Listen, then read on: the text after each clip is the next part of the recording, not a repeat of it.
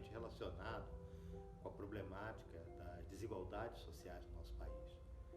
Nós utilizamos diferentes indicadores para medir a desigualdade, indicadores do mercado de trabalho, do sistema educacional, do acesso ao sistema de saúde, que mede a pobreza, que mede a indigência, o acesso ao sistema previdenciário. Mas em todos eles nós vamos acabar encontrando o denominador comum, que por detrás das imensas desigualdades sociais no Brasil se encontram desigualdades que separam as condições de vida de pessoas brancas e de pessoas negras. E essas desigualdades medidas pelos indicadores sociais, elas não são produto do acaso, elas são produto de dinâmica, de práticas sociais que vão se estabelecendo no interior da sociedade e que, através de diferentes mecanismos, vão fazendo com que negros tenham um padrão de vida inferior ao dos brancos, ou que negros sejam tratados pelo Brasil, pela República Brasileira, pela sociedade brasileira, como cidadãos de segunda classe. Então, a questão que, quando nós analisamos as dinâmicas da construção das desigualdades sociais e raciais no Brasil, primeiramente tem que levar em consideração a discriminação quando ela ocorre nos momentos em que as pessoas buscam emprego, que elas buscam uma posição numa escola para os seus filhos, ou quando elas são tratadas de forma diferente dentro do sistema de saúde, por exemplo. Mas, por outro lado, tem que se levar em consideração dimensões mais estruturais, que não estão restritas a um momento específico, na qual a pessoa está procurando por um serviço, procurando uma oportunidade.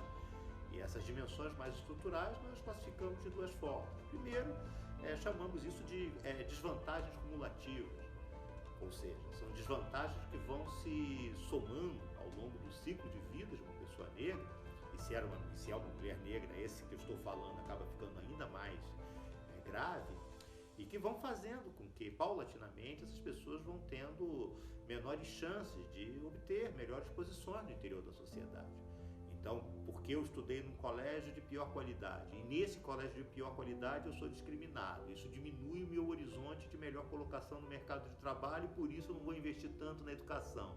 E quando vou para o mercado de trabalho já chego com um perfil mais rebaixado do ponto de vista da minha qualificação. Então, chegar com um perfil mais rebaixado do ponto de vista da minha qualificação, o fato de eu ser negro ou de ser uma mulher negra, onde minha posição natural é de baixa qualificação, aí sim aquilo reforça ainda mais aquilo que eu trouxe do passado. E aí eu levo aquilo para as futuras gerações.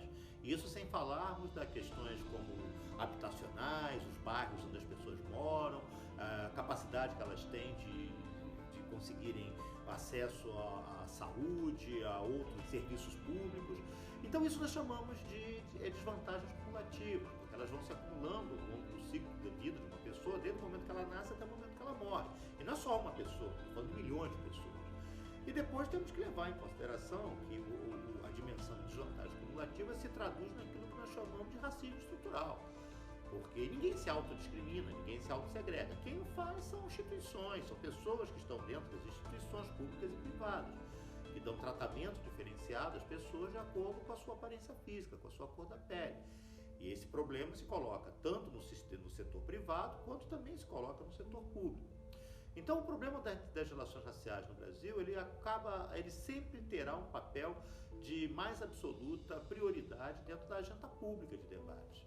Isso era presente lá no tempo da abolição da escravatura, isso é presente no período republicano brasileiro, da Primeira República, no Estado Novo, no regime democrático de 46 e 64, na ditadura militar, na Nova República. Hoje, o problema da desigualdade racial do Brasil, ele foi, ele é, ele será. E o que cabe as novas gerações vão estar sempre alertas para não deixar esse assunto sair da cena pública, procurar entender de forma mais detida o que são os fatores que tornam as desigualdades tão crônicas e que fazem com que elas perdurem ao longo do tempo, produzir políticas públicas que sejam capazes de enfrentar esse problema e a construção de um outro tipo de sociedade na qual a cor da pele não seja um fator que de classificação das pessoas no interior da pirâmide social. Deve ser um fator apenas de classificação das pessoas nas suas formas diferentes, como é bonito ser humano, você é diferente um do outro. Isso não deveria ser um fator que levasse alguns a terem vantagem sobre outros que têm desvantagens.